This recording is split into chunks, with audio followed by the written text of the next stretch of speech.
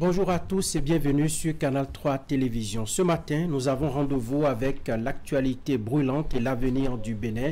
Vous le savez, le chef de l'État, le président Patrice Talon, a livré ses vérités présidentielles, mais au-delà de sa défense du système partisan. Qu'est-ce qui motive cet entretien en ce moment précis? Dans le même temps, le principal parti d'opposition, les démocrates, est secoué par une vague de démissions. Cette crise est-elle la fin d'un rêve ou le début de la refondation d'un parti qui s'est vendu aux Béninois comme étant le plus structuré et ayant des ambitions claires pour le devenir? Nous poserons la question à notre invité. Pour aller au-delà de la polémique, nous allons prendre le recul nécessaire à évaluer la décennie 2016-2025. Le Bénin a-t-il atteint le rendez-vous du développement? Pour décrypter toutes ces questions, de la stratégie présidentielle à la crise de l'opposition en passant par le bilan et l'avenir de notre démocratie, nous avons l'honneur de recevoir ce dimanche matin l'une des voix essentielles de la diaspora. Il est le président du bureau exécutif mondial du Haut Conseil des Béninois de l'extérieur. Romain Dacosta, bonjour. Bonjour. Merci d'être avec nous en plateau ce dimanche. Eric, bonjour. Bonjour à vous, Franck Carnou. Bonjour à vous, monsieur Romain Dacosta. Bonjour à vous également. Franck l'a relevé, vous êtes le président du bureau exécutif mondial du Haut Conseil des Béninois de la diaspora. Première question, vous avez sans doute suivi cet entretien du chef de l'État, comme bien d'autres Béninois. Et quel est, selon vous, l'objectif principal du chef de l'État à travers cet entretien? Alors, le président Patrice Talon ne fait jamais les choses par hasard. Et moi, j'ai envie de mettre cette interview qu'il vient de donner en miroir avec son tout premier interview qu'il a réalisé avant son retour au Bénin. Les supputations allaient bon train. C'est ça. Rentrera pas, condamné, coupable ou pas. Il ne s'était jamais prononcé avant cette interview vérité. Et c'est cette interview fondateur. Le reste, vous l'avez observé. Nous sommes pratiquement donc 9 ans, mais je vais même dire 10 ans, puisque c'était avant les élections de 2016. 10 ans après, vous voyez, il ressort de son silence dans un moment où, effectivement, il y avait encore des accusations, des sous-entendus, des non-dits, et je pense qu'il a senti que c'était le moment opportun pour lui de venir dire les vérités qui étaient sous-jacentes, qui étaient galvaudées, et il voulait vraiment marquer les esprits et donner sa vérité à la population béninoise. Alors, est-ce que pour vous, le moment était vraiment si opportun dans un contexte électoral où nous avons des chamboulements un peu partout? Je pense que c'est comme ça qu'il fonctionne. Le président Talon fonctionne un peu selon ce que j'appelle la théorie du chaos. C'est-à-dire que vous avez une situation où on pense que tout va à volo, tout va mal, et il ne va pas se précipiter pour essayer de régler quoi que ce soit. Là où vous voyez le chaos, lui, il voit dans ce chaos un ordre, une régularité qui est en train de s'installer. Et c'est là où il perçoit que vraiment on va trop loin qu'il va s'impliquer. C'est-à-dire, il ne s'implique jamais, ni trop tôt, ni trop tard. Celui qui ne connaît pas la théorie du chaos, lorsqu'il va s'impliquer, il va tout casser. C'est comme vous voyez une maison qui est en train de tomber, vous voyez quelqu'un qui a mis une poutre pour caler vous trouvez que la poutre n'a rien à faire là, et sans réfléchir, vous enlevez la poutre, tout s'écroule. Vous voyez, le président Talon ne fonctionne pas comme ça. Monsieur Dacosta, vous avez dit que vous avez fait une lecture croisée de l'interview qu'il a faite avant son retour au pays, et celle qu'il a réalisée 10 ans environ après. Mais les contextes ne sont pas les mêmes. Avant, Patrice Talon n'avait rien géré, et cette fois, on l'a vu à l'œuvre. Il y a beaucoup de choses qu'il a pu faire qu'on peut apprécier. Alors, je m'inscris en faux. Ce n'est pas parce que vous ne l'avez pas vu aux affaires que vous pouvez dire que Patrice Talon n'a rien géré. Ne serait-ce que cette entreprise, n'est-ce pas? Patrice Talon est un gérant de l'État. C'est ce qu'on a dit avant qu'il soit candidat. On a dit qu'il est un homme d'affaires et qu'on ne gère pas une entreprise comme on gère un État. Les résultats sont là aujourd'hui. Je crois que quand vous êtes un gestionnaire, un bon gestionnaire, vous pouvez tout gérer, y compris un État. Et c'est parce qu'il était un bon gestionnaire que déjà il avait cette vision de la gestion de l'État. Je pense sincèrement que si le président Talon n'avait pas une vision claire pour le Bénin, une vision précise du développement de ce qu'il allait faire, il ne se serait jamais risqué à se porter candidat. Donc, son interview qu'il a donnée il y a 10 ans était déjà préparé à diriger ce pays. Et c'est comme ce qu'il avait... Mettez-vous d'accord avec moi. Ce n'est pas lorsqu'il est arrivé au pouvoir qu'il s'est mis à réfléchir. Rappelez-vous son programme de candidature. Beaucoup de gens l'ont raillé. Tellement c'était parfait son programme. On se dit, ben alors, il nous a fait un joli catalogue, il n'y arrivera jamais. Mais tout y était déjà. Et au lendemain de son élection, il nous sort le programme d'action gouvernementale. Vous pensez que c'est quelqu'un qui n'avait jamais pensé gérer un pays, qui a sorti le lendemain de son élection un programme d'action gouvernementale? Non, Patrice Talon a des années-lumière d'avance sur mais dans cet entretien ici, comment avez-vous vu l'homme? Dans sa posture, dans le ton, dans le gestuel? Est-ce que pour vous, on a vu un Patrice Talon un peu sur la défensive, chercher à convaincre avec des arguments? Non, je ne pense pas.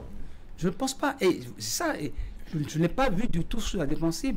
Peut-être que je l'ai vu peut-être senti un peu amer, incompris, mais pas sur la défensive. Et il fallait qu'il dise, je pense que c'est quelqu'un qui a retenu ses coups. Il a retenu ses coups. Il a protégé ses adversaires. Il y a des choses qu'il n'a pas voulu délivrer.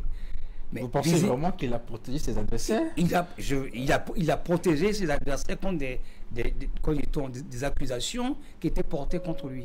Et vous avez vu dans l'interview, il y a des choses qu'il aurait pu dire depuis au moins 2, 3, 4, 5 ans.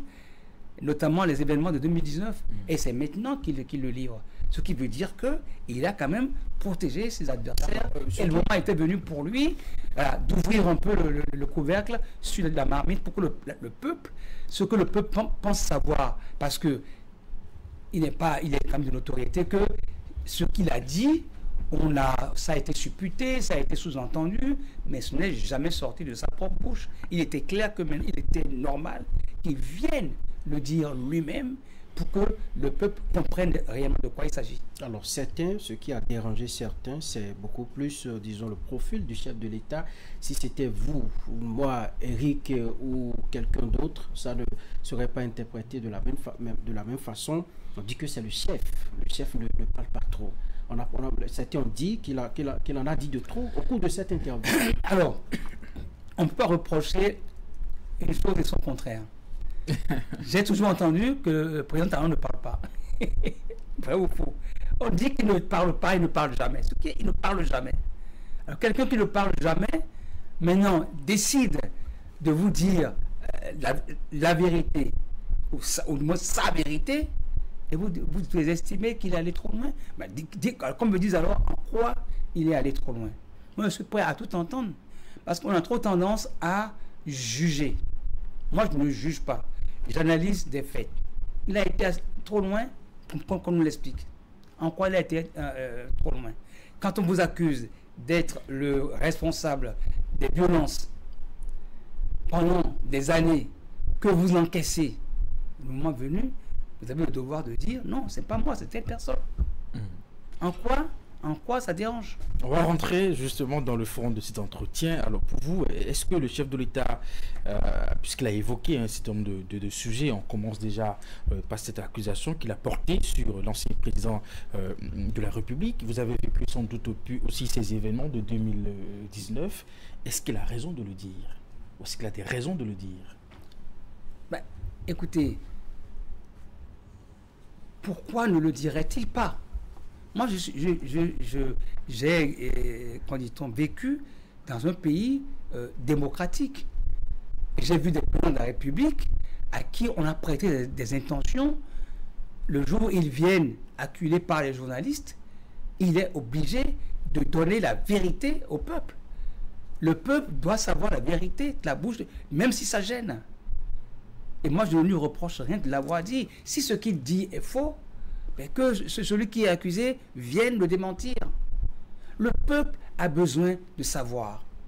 On ne peut pas se mettre sous le couvert parce qu'il est le président, la vérité ne doit pas sortir. La vérité, à un moment donné, la vérité doit sortir. Vous pensez Quelle que soit de la bouche de la personne où ça sort. D'accord. Et vous le croyez? Vous, en tant que citoyen, vous le croyez? De le croire, c'est quoi?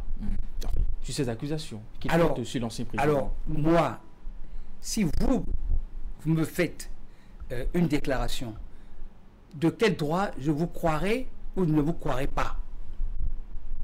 C'est ça. Dire je te crois ou je ne te crois pas, c'est subjectif.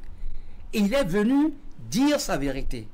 Si ce qu'il dit n'est pas juste, celui qui est en mesure de le contredire n'a qu'à sortir.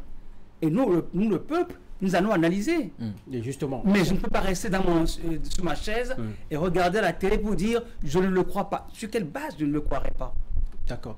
Alors, vous avez suivi avant Patrice Talon la déclaration de Boni Yayi, n'est-ce pas? Comment avez-vous vu Boni Yayi dans cette déclaration? Comment avez-vous analysé ses propos? Vous savez, parce qu'il a dit, je rappelle, que le président veut que tout le monde soit avec lui, pour lui, enfin, en quelque sorte, qu'il ne veut plus d'opposition dans le pays, que tout le monde vienne derrière lui et tout. Il a dit beaucoup de choses. Mais ce qu'il a dit n'arrange que lui. Est-ce qu'il a démontré comment le président s'est pris pour que tout le monde soit avec lui? Il sortait fraîchement d'une rencontre avec son successeur. Il faut le démontrer. Si monsieur, je vous dis par exemple... Il a porté la démonstration si sur monsieur, laquelle les ennuis qu'il a aujourd'hui au niveau de sa formation politique vient de cette idée du chef de l'État de voir tout le monde dans le même camp politique. Il n'a pas démontré, il a affirmé. Il a affirmé que ces ennuis proviennent du chef de l'État. Mais il n'a pas démontré en quoi ça provient. Moi, je vous dis quelque chose. Oui. Moi, qui suis un observateur, si j'étais à la place du président Yayi Boni, sincèrement, je prendrais un peu de recul. On ne dirige pas un parti politique comme ça. On va y arriver. Est-ce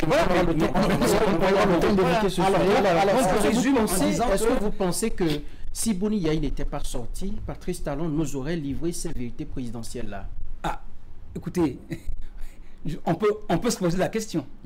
On peut se poser la question. Je vous la pose justement. Mais je ne suis pas à la place de Patrice Talon. Donc je ne peux pas dire que si... Vous semblez bien le connaître quand vous parlez de l'art. Même je connais mon fils, ma fille, ma femme, et pourtant il y a des choses pour lesquelles je ne me prononcerai pas à leur place. Ouais.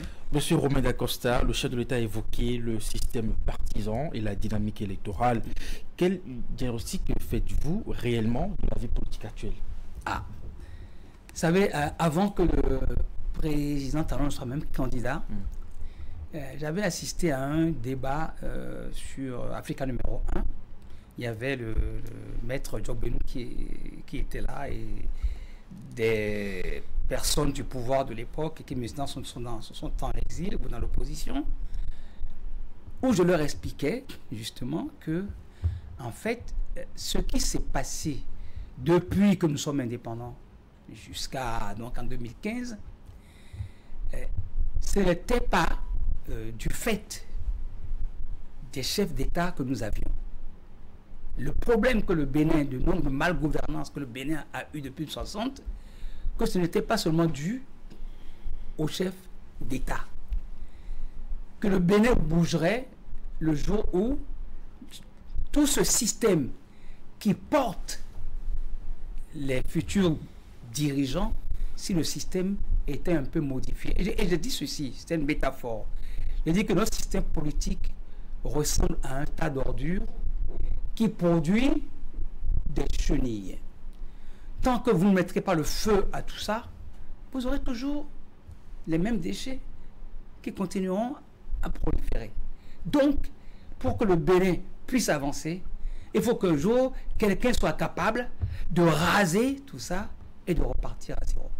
Je l'ai dit avant que le président Talon n'accède au pouvoir. Comment je ne peux pas être aujourd'hui, mais satisfait de voir ce qui est en train de se passer? Alors, raser de par peut-être le problème, c'est la façon dont nous le faisons. Je dis raser, c'est-à-dire que nous avions un comportement, nous avons un système qui n'honorait pas nos pays. On parlait de, même de, M. Yayi Boni l'a dit, il a parlé de démocratie Nescafé. Je rends hommage à Feu Rosine Soglo qui a parlé des valises qu'on distribuait à l'Assemblée nationale pour voter. où aujourd'hui je suis ici, mais pour le vote, je suis dans un autre parti, et pour un autre vote, je reviens là. Où les députés étaient manipulés, où tout le monde se dit, quand vous êtes président, il y a 100 partis qui arrivent autour de vous et qui constituent la majorité présidentielle, qui vont aux élections sous votre bannière, et dès le lendemain, ils retrouvent leur indépendance en disant, bah non, moi je suis de tel bord, et si vous ne me payez pas tant, je ne voterai pas votre loi. C'est ce qui se passait. Est-ce que c'est ça la démocratie? Oui, regardez ce qui se passe en France aujourd'hui. Monsieur Dacosta. Vous voyez, il n'y a pas de majorité. Si c'était au Bénin, il y a longtemps qu'on aurait trouvé une majorité. Le Bénin de l'époque. On aurait déjà réussi tout de suite à avoir une majorité, et ce n'est pas normal. Il fallait mettre de l'ordre dans notre manière de diriger la politique. Jacques Chirac l'a dit, quand on faisait le renouveau démocratique, il s'est arrêté à l'aéroport de Cotonou, et ce qu'il a dit a choqué tout le monde. Il a dit, la démocratie est un luxe que les pays africains ne sont pas encore prêts à s'offrir. Il savait ce qu'il disait. On a dit, faites de la démocratie, on commence par dire, bon, pour éliminer les anciens, il faut mettre 70 ans, comme ça on est sûr qu'on a éliminé les anciens. Après, pour être sûr que tous ceux qui veulent, même ceux qui ne sont pas capables d'être président, puissent être président, c'est 2 mandats. Parce que comme ça, on donne la chance à tout le monde d'accéder au pouvoir. C'est pas normal. À un moment donné, il faut émanciper le peuple pour qu'on comprenne ce que c'est réellement que la démocratie. Et ça passe par la formation, l'éducation des hommes politiques de notre pays. Qui ne se font pas par eux-mêmes. Je le dis, ils peuvent m'en vouloir. Mais nos hommes politiques, dans leur majorité, ne se font pas par eux-mêmes. Il faut tout que quelqu'un aille les chercher pour les positionner, pour mettre la lumière sur eux, et ils brillent tant que cette lumière est braquée sur eux. Et quand la lumière s'éteint, ils s'éteignent avec. Alors, Patrice Talon a décidé de mettre de l'ordre. Je vais quand même poser. C'est pas pour me déplaire. Je vais quand même poser ma question. Le diagnostic est fait. On a décidé de mettre de l'ordre. Ce qui dérange, c'est sûr que ces critiques-là vous parviennent même de l'extérieur. Voilà, c'est la méthode Talon. On dit qu'elle est trop dure. Ça n'associe pas. Oh, ça va trop vite. Parce que bon, les gens veulent quand même qu'on leur explique. Ce qui n'est pas. C'est qui ces gens-là qui veulent qu'on leur explique? C'est l'opinion. Oui, mais je ne pense pas que ce soit l'opinion. Nous en entendons, nous en enregistrons également dans nos passages. Moi, je suis un statisticien. Et une hirondelle ne fait pas le printemps. Vous voyez? Donc, je dis... Vous pensez qu'on parle d'une hirondelle là? Parce que le fait de dire ce que vous me dites là, moi, chaque fois que je croise quelqu'un qui me dit « Ah, c'est pas comme ça qu'il faut faire ». La méthode Talon. Qu'est-ce que vous appelez la méthode Talon? Est-ce que c'est normal qu'on crée la CVO, par exemple, la cellule de voyage officiel? Est-ce que c'est normal? C'est violent. Mais est-ce que c'est normal? Parce que est-ce que c'est normal que chaque ministère, chaque direction, que quiconque veut voyager, peut acheter un billet n'importe où il veut, à n'importe quel prix, surfacturé, ou même ne pas voyager, vendre des voyages, des formes, ça a existé dans ce pays. Et la CBO est arrivée d'un seul coup, casser tout ça. C'est violent, mais c'est salutaire pour le pays. Quand on a parlé des évacuations sanitaires, on a vu les levées de boucliers. Oui, l'opinion, on a dirigé l'opinion pour dire sacrilège, on va tous mourir. Mais est-ce que vous avez fait de statistiques autour de vous? Combien de vos parents, combien de personnes que vous connaissez sont morts à cause de l'arrêt des évacuations sanitaires? Ça veut dire qu'il y avait une gabégie. Il y avait une clique de personnes qui bénéficiaient et qui comment dit-on, mangeaient le budget de l'État. Ce qui fait que nous, ce qui nous est dû, les routes qu'on doit nous construire, les hôpitaux qu'on doit nous construire, on ne peut pas les construire. Parce qu'il y a une petite classe qui était organisée pour piller ce pays. C'est eux qui trouvent que ce que Talon fait est violent. C'est eux qui trouvent que c'est violent. Mais quand on a observé ça, et que selon la thérapie de Patrice Talon, on a mis de l'ordre dans la maison politique, M. Romain Dacosta, c'est encore Patrice Talon lui-même qui dit dans cet entretien qu'il n'est pas enchanté par la dynamique électorale actuelle. Oui. Alors, on a mis de l'ordre pour ce résultat? Alors, il faut lire ce qu'il est en train de dire. Il n'est pas enchanté, ne veut pas dire qu'il a mal agi. Il n'est pas enchanté parce que malgré toute sa bonne volonté, malgré tous les efforts qu'il a fait pour que les choses rentrent dans l'ordre, pour que les gens comprennent où il veut aller, il se rend compte qu'il y a encore du travail à faire. Il a échoué alors? Ça, il n'a pas échoué. C'est nous. Si vous êtes professeur et que vous mettez tout ce que vous devez mettre sur un élève qui veut rester cancre, donc vous avez échoué, c'est ça. Lui n'est pas professeur. Vous choisissez bien vos exemples. Bien sûr, mais vos exemples sont trop fermés. Mais non, mais pas c'est exactement ça. Je trouve que ce chemin est bon pour nous. Ce chemin est bon pour nous. Nous avions plus de 200 partis politiques. Je l'ai dit entre-temps. Plus de 200 partis. Quand on parlait de regroupement des partis politiques, je connais quelqu'un qui était habitué de l'hémicycle et qui était le roi d'un fief qui lui appartenait. Et avec ça, il contrôlait tout. Et quand on a dit on va faire le regroupement des partis politiques, il n'est pas rentré dedans. Et il a essayé de créer son propre parti, en étant convaincu que lui, quand il ira aux élections, effectivement, il allait tout casser. Mais quand on a mis le système partisan, avec ses verrous, c'est pas des verrous. Est-ce que c'est normal que quelqu'un qui représente, moi, je suis par exemple, je suis d'Adonkor, si je monopolise tout l'électorat d'Adonkor, je vais contrôler l'Assemblée nationale et bloquer le développement de mon pays, alors que je ne contrôle que Adonkor? Non. Si on veut diriger ce pays, on doit le voir d'une manière nationale.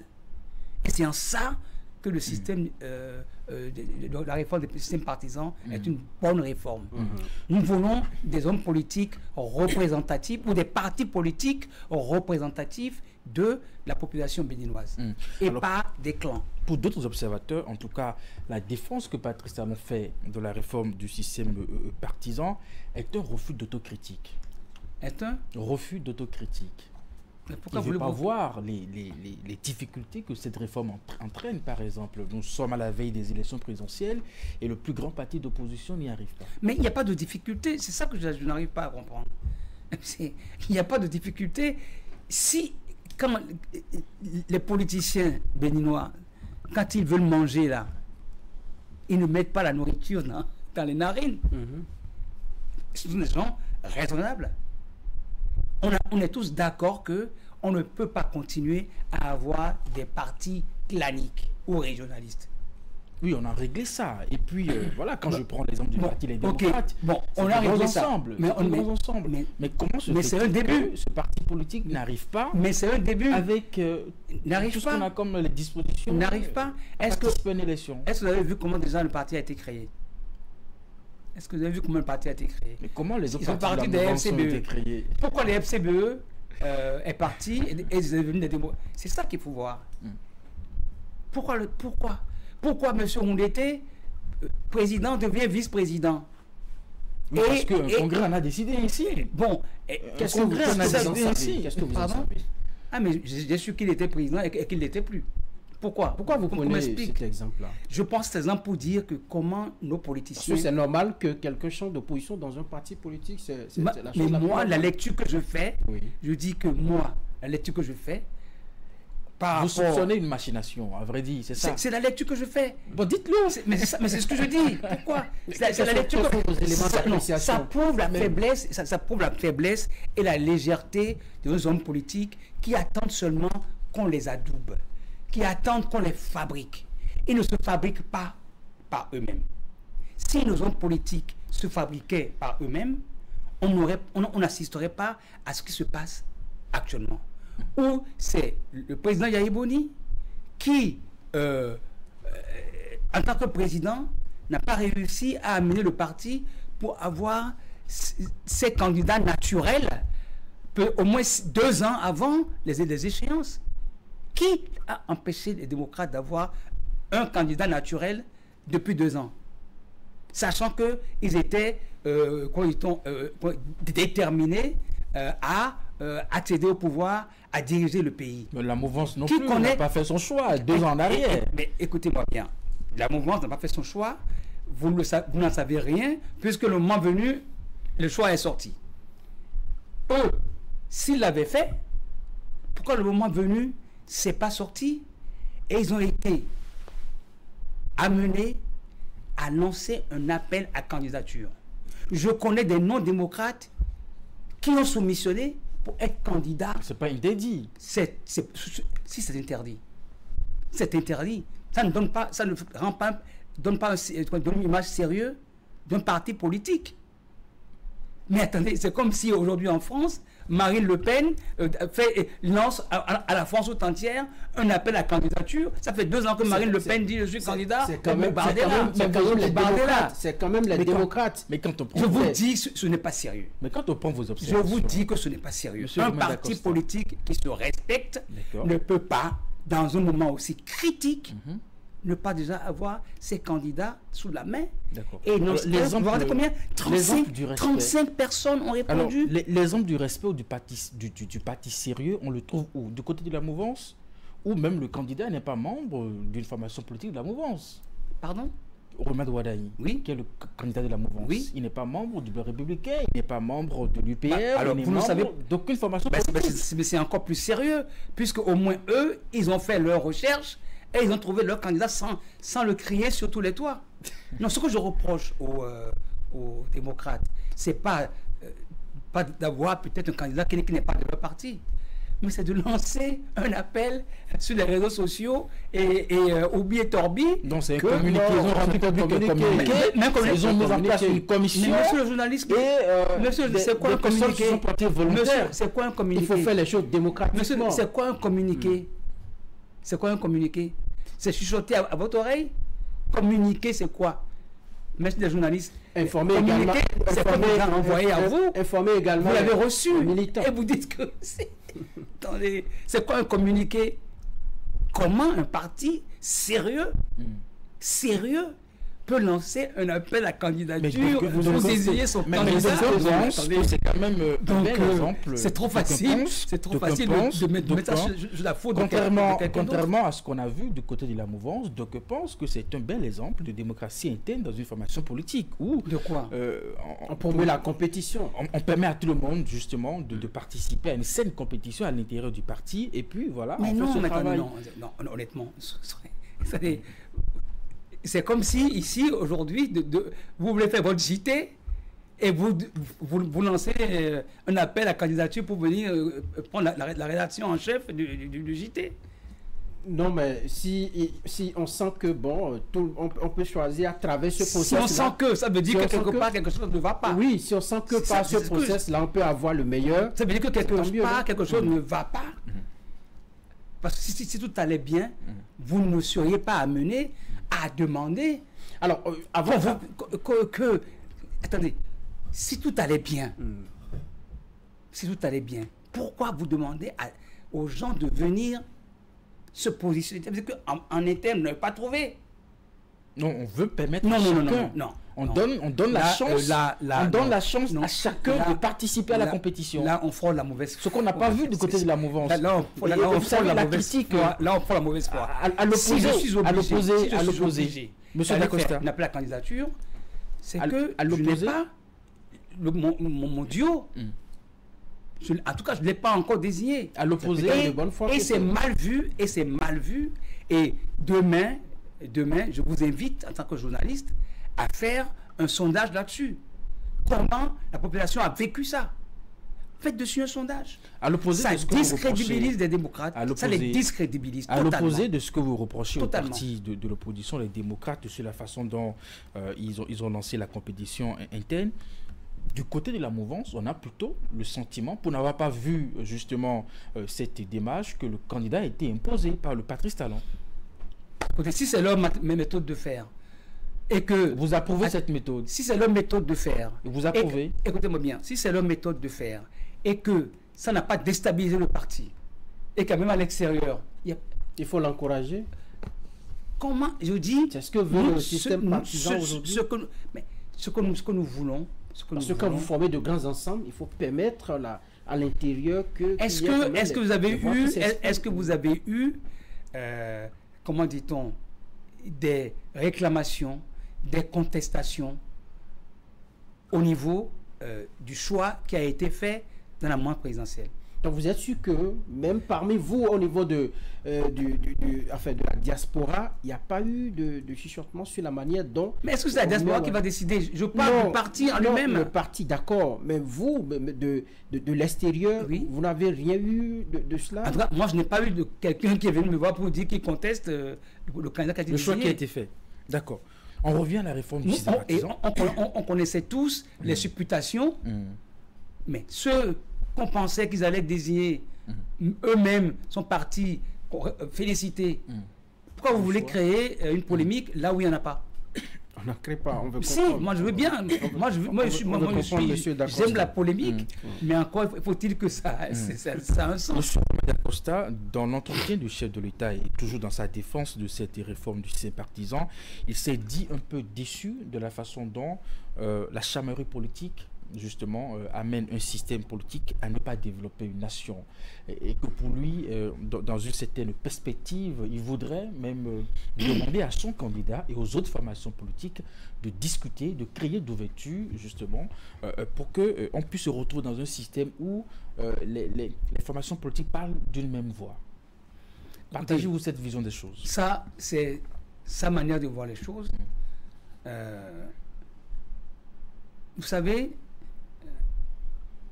il peut avoir le souhait que tout le monde se rassemble.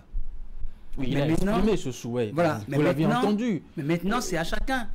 S'il pense que ça peut apaiser les tensions, parce qu'après tout, qu'est-ce que ceux qui sont là veulent? C'est participer à la gestion du pays. Si on leur propose et que ça ne leur convient pas, ils sont dans leur droit de ne pas l'accepter. Mais tout ce qu'on leur demande, c'est moi que je leur souhaite, c'est prendre l'occasion qui leur est offerte de se développer réellement et de devenir de vrais partis politiques capables de ne pas tomber peut-être dans les pièges des choses trappes qui sont devant eux et être demain ceux qui vont être l'alternance. C'est ce que je leur souhaite. Alors, puisque mais vu comment ils sont organisés actuellement, ils n'ont aucune chance parce qu'ils sont désorganisés. Et je pense même que leurs militants doivent être très déçus aujourd'hui. Oui. Alors, M. Dacosta, si nous enlevons la personne de Patrice Talon de la mouvance présidentielle, selon vous, quel est le parti politique que nous avons qui répond à vos critères comme un parti bien fondé, bien créé, bien structuré aujourd'hui au Bénin? Alors, vous avez bien fait de poser la question. Parce qu'aujourd'hui, je vous le dis très sincèrement, on dit, quoi qu'on dise, c'est la locomotive qui conduit les wagons.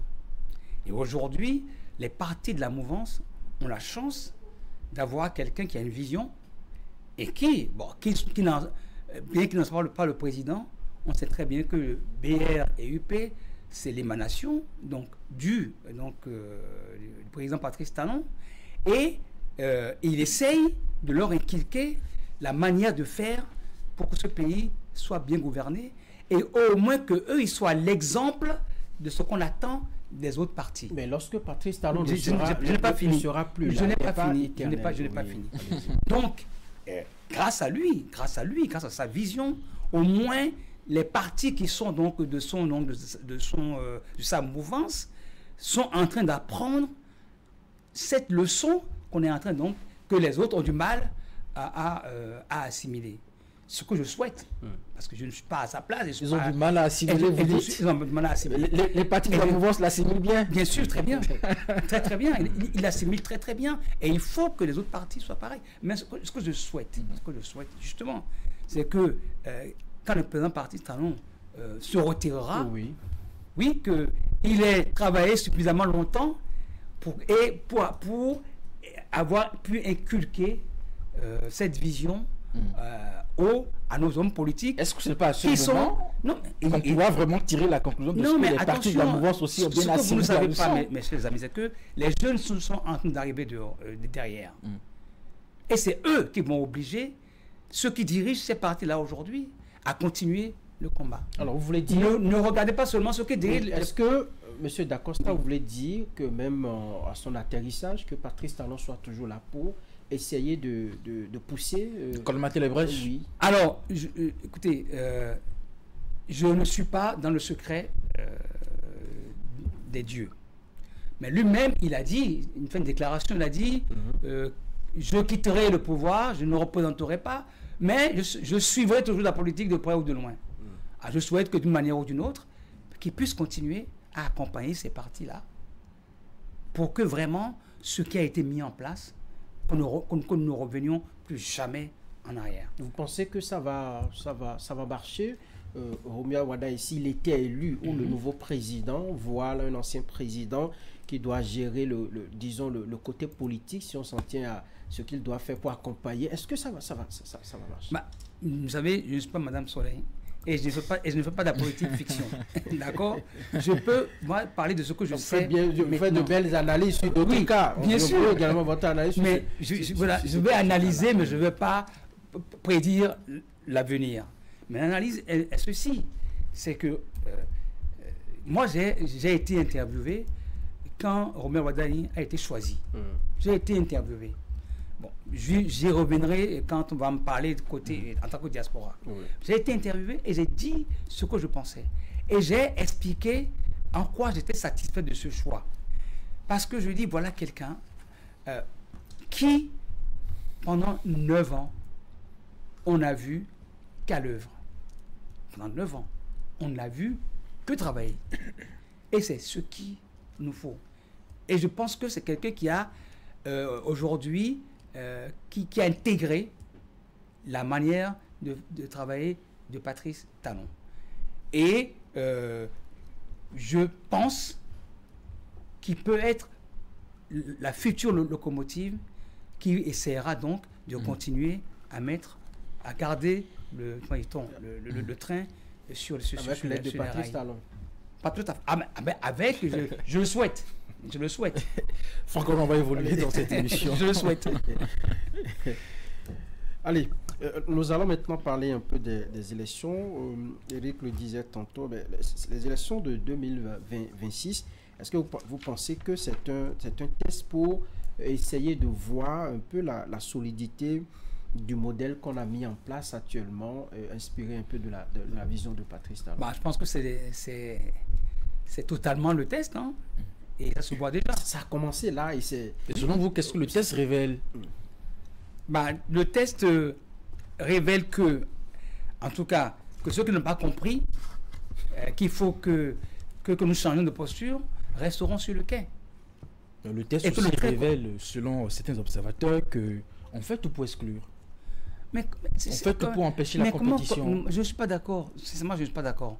Quand vous dites on fait tout pour exclure, vous n'entendez pas ces critiques? Mais chaque fois que je l'entends, j'essaye d'argumenter.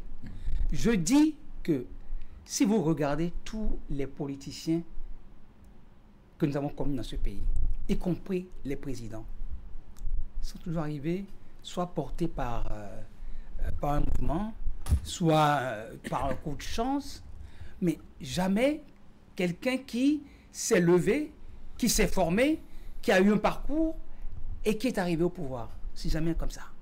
Et vous pensez que ce sera le cas en 2026? Je vous dis, donc, Avec les candidats que nous avons là. Je vous dis, le seul homme politique que moi je connais au Bénin, il n'était pas un homme politique, en tout cas, mais qui aujourd'hui est un homme politique? Le seul que je connais qui n'a pas été fabriqué par quelqu'un, c'est Patrice Talon. personne ne l'a fabriqué. Donc, je souhaite que les futurs politiciens arrivent à se fabriquer eux-mêmes. Quand on ne vous fabrique pas, vous êtes libre de faire, d'avancer, d'agir. Vous ne devez rien à personne. Donc vous devrez être déçu alors, politique parce que on n'a pas fabriqué, c'est Patrice Talon. Tous les autres ont été fabriqués. Et quand vous êtes fabriqués, ceux qui vous ont amené vous entourent et vous empêchent de gouverner. Vous empêchent de poser des actes salutaires pour le développement du pays. On connaît déjà. Et c'est ce qui s'est passé avec Patrice Talon. Parce qu'il ne doit rien à personne. Parce qu'il est organisé. Parce qu'il est conscient de ce qui s'est fait, de sa force, de sa stratégie. Et il a mis les choses sur les rails. Et il a mis des verrous et pour faire en sorte pour que, si vous n'êtes pas dedans, le train continuera à avancer. Mais c'est ça l'exclusion. C'est ça l'exclusion. Mais non. C'est ce qu'on reproche au système. Il a mis les verrous, vous l'avez dit. Mais justement, écoutez, est-ce que le fait de dire que nous n'aurons pas 30 candidats, c'est mettre des verrous? Si vous êtes capable d'avoir 10% 20% national, c'est que vous êtes un vrai politique. Si vous n'êtes pas capable d'avoir 20%, c'est que vous ne pesez pas par rapport à la population. C'est de ça qu'il s'agit. Il faut mettre fin au comportement où n'importe qui se lève et dit je suis candidat. Parce que comme ça, je vais faire 1% des voix que j'irai monnayer au second tour. Si nous prenons par exemple la France ou les pays dans lesquels vous vivez là-bas, la vitalité, ce qui fait la vitalité de leur démocratie, c'est, disons, la mouvance, la présidentielle, la gauche, la droite et tout. Ici, la principale force de l'opposition n'a pas pu désigner son duo de candidats pour aller à cette élection. Oui. Qu'est-ce que cela vous fait? Vous n'êtes pas déçu? Mais non, je ne suis pas déçu parce que ce que je dis tout à l'heure, j'ai cité Jacques Chirac. Jacques Chirac, qui dit la démocratie est un luxe que les Africains ne sont pas encore capables de s'offrir. Il a dit il y a bien longtemps. Mais ça continue. Ça continue. Ça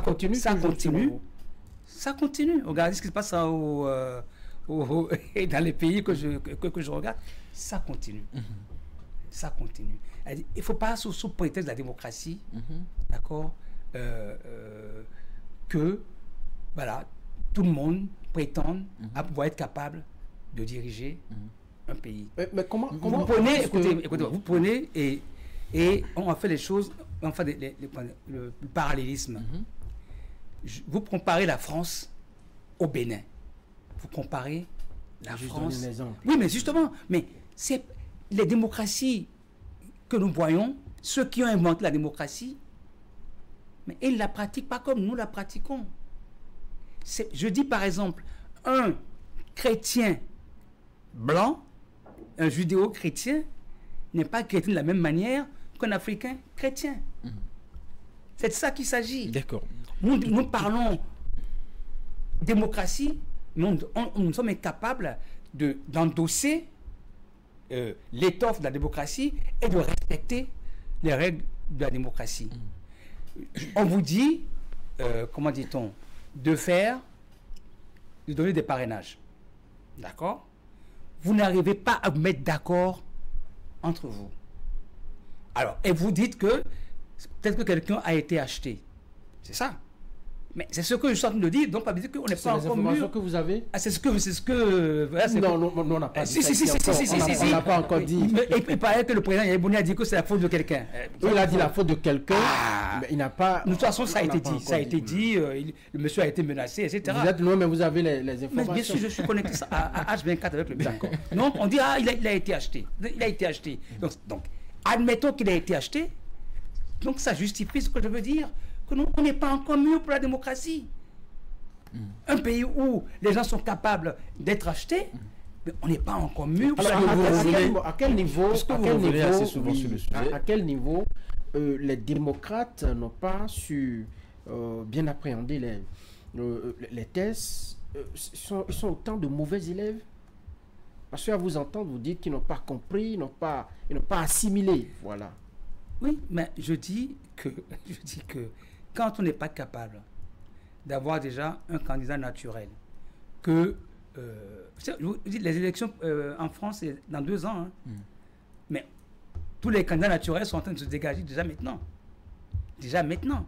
Et que je suis étonné qu'un parti soi-disant bien structuré, bien organisé, n'ait pas déjà un candidat naturel depuis 3 ans. Et que c'est au moment où on désigne les candidats que la cacophonie commence et qu'on fait appel au peuple tout entier pour venir sauver le candidat pour venir sauver le soldat Ils ont des militaires. Vous, votre candidat, il est naturel? Pardon? Vous, votre candidat, il est naturel? Moi, je n'ai pas de candidat. Enfin, le candidat de la mouvance. Ah, mais qui vous dit que je suis de la mouvance? Quand on revient justement sur Qui cette vous dit crise, que je suis de la mouvance? quand on revient sur cette crise qui secoue le parti Les Démocrates, est-ce que selon vous, c'était prévisible au regard de la manière dont le parti s'est structuré depuis sa création? Que quoi? Je ne vais pas comprendre Cette crise que traverse aujourd'hui le parti Les Démocrates. Oui, et on entend des choses. Hein. Les 5 qui ont démissionné après Sojinu, ils ont exposé leurs raisons. Ils ont détaillé les dysfonctionnements qu'il y avait dans le parti, la manière dont le parti était dirigé, ce qu'ils reprochaient à son président, etc. etc. Oui. On va évoquer... C'est un problème interne. Il y a des dysfonctionnements au sein des démocrates.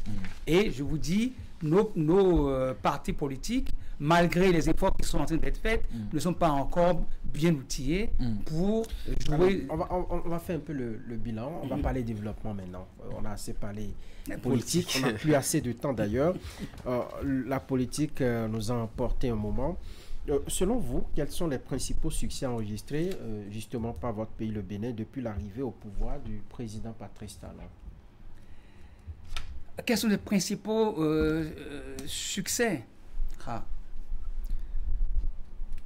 savez, il suffit de prendre le programme d'action gouvernementale, un PAG1, PAG2, et vous verrez. Avant, quand on me demandait ce que je pensais de mon pays, quand on me demandait les avancées du Bénin, vous savez, j'ai été fonctionnaire territorial en France pendant 43 ans. J'ai côtoyé beaucoup d'investisseurs français, beaucoup de politiques français, beaucoup d'entrepreneurs français. Et chaque fois, vous savez, quand on vous rencontre, qu'est-ce que votre pays a à offrir? Quels sont les projets structurants de votre pays?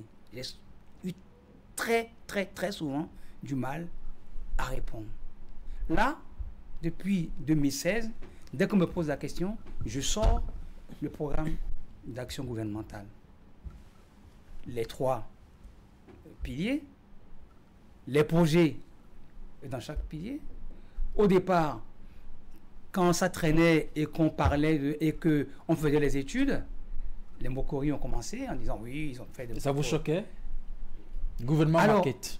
Honnêtement, ça ne me faisait ni chaud ni froid parce que je n'étais pas dans le secret des dieux. Mais déjà, quand même, j'étais déjà quand même impressionné par cette organisation qui était mise en place.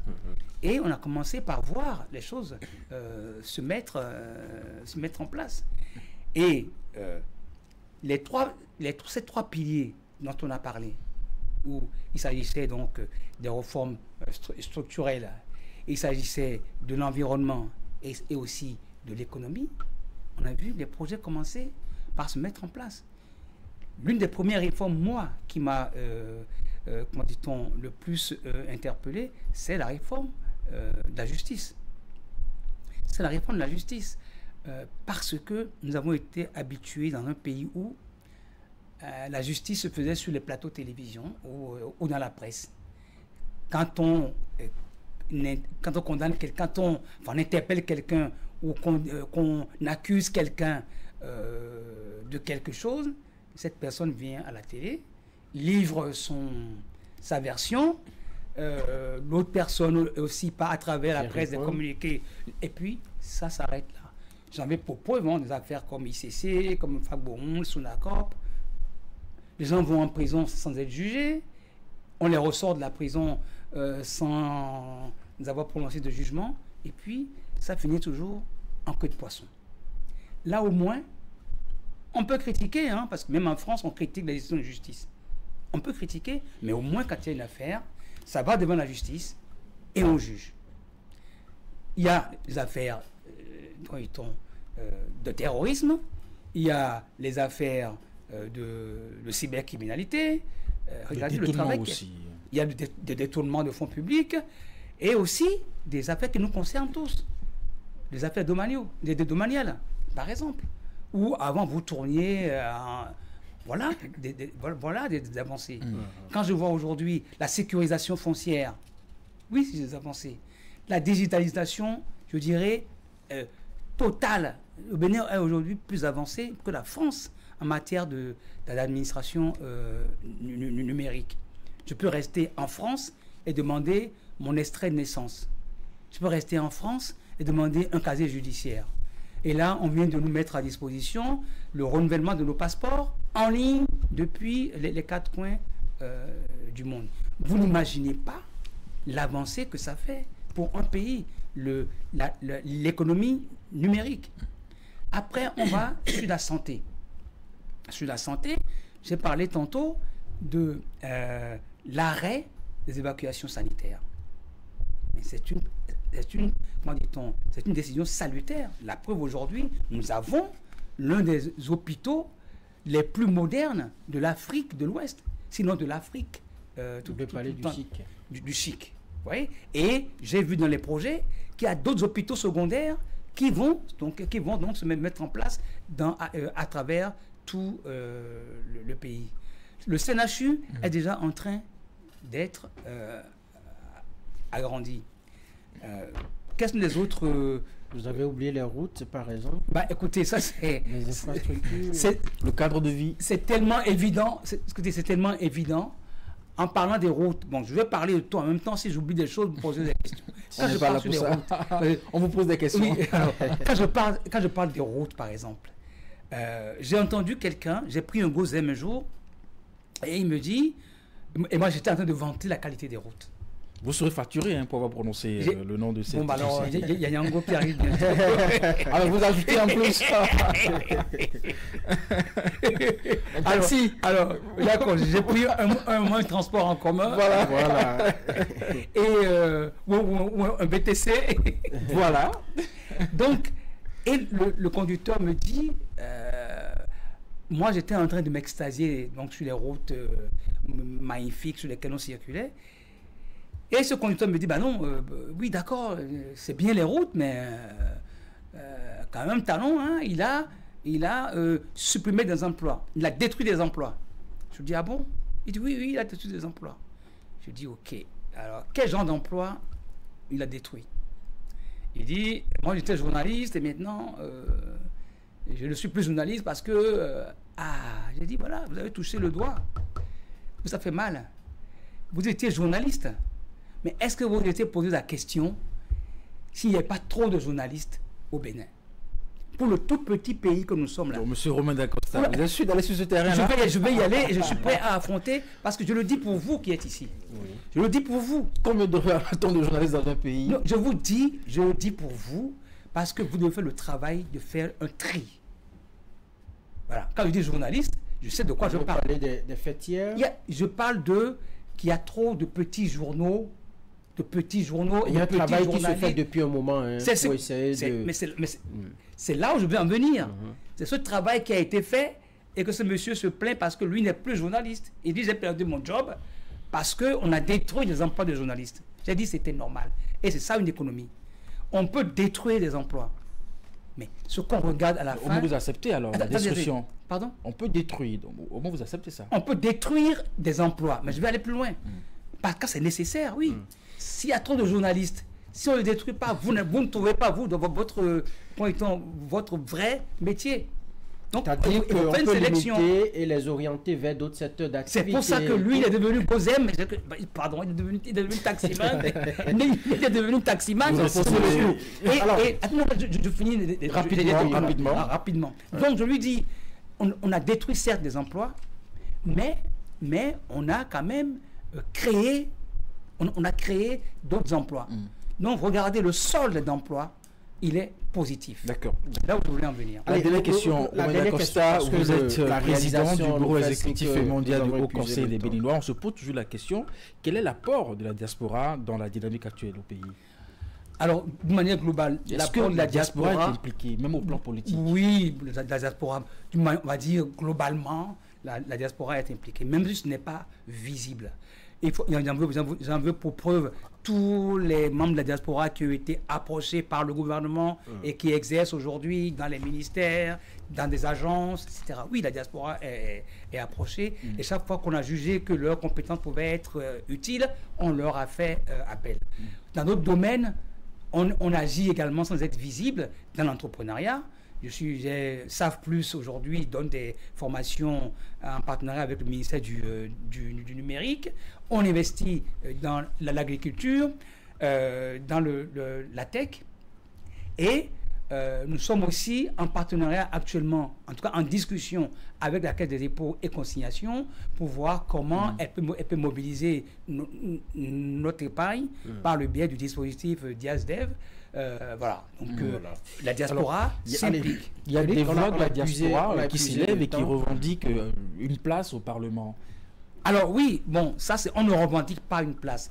La Constitution nous octroie de droit une représentation de la diaspora à l'Assemblée nationale. Malheureusement, les lois électorales qui ont été votées successivement n'ont pas pris compte. Pour le simple fait que nous n'avons jamais été dénombrés à l'extérieur. Je pense que le travail a commencé avec le registre de la diaspora que le ministère des Affaires étrangères a mis à notre disposition. Et nous aussi, nous sommes en train de prendre les dispositions qu'il faut, nous rapprocher des autorités, du CES par exemple, pour que ce recensement soit fait de la manière la plus sérieuse possible. Et c'est ça qui déterminera le nombre que nous sommes et par-delà, en partant de là, combien de circonscriptions nous représentons et là, combien de députés nous pourront obtenir. Allez, on va conclure cette émission. Bien, la conclure. Je n'ai pas vu passer, je ne sais pas combien de temps ça va passer. Ça passe très vite. On va faire plus d'une heure. Je vous remercie de m'avoir bien bousculé. Tout ce que je vous ai dit, sincèrement, vient du fond de mon cœur. Je n'applaudis pas ce que j'admire. Je défends les choses concrètement, telles que je les conçois et honnêtement, à mon âme et conscience. Et je vous remercie de m'avoir permis de le dire aujourd'hui et je suis prêt à revenir pour continuer le débat. Avec merci plaisir. Revenez quand vous voulez et bien des choses à nos compatriotes de l'extérieur, de la diaspora, qui nous suivent certainement sur nos canaux digitaux également et sur, bien entendu, sur cette chaîne Canal 3 Télévision. C'était Romain Dacosta, il est le président du bureau exécutif mondial du Haut Conseil des Béninois de l'extérieur. Il nous a fait le plaisir de nous accorder plus d'une heure de son temps pour décrypter l'actualité, son point de vue sur tout ce qui se passe au pays. Mesdames et messieurs, merci d'être restés avec nous. Merci à vous d'être passé, M. Dacosta. Très bientôt. Merci à la réalisation pour la patience également, parce que nous avons grignoté quelques minutes sur le temps qui nous est imparti. Merci, à bientôt.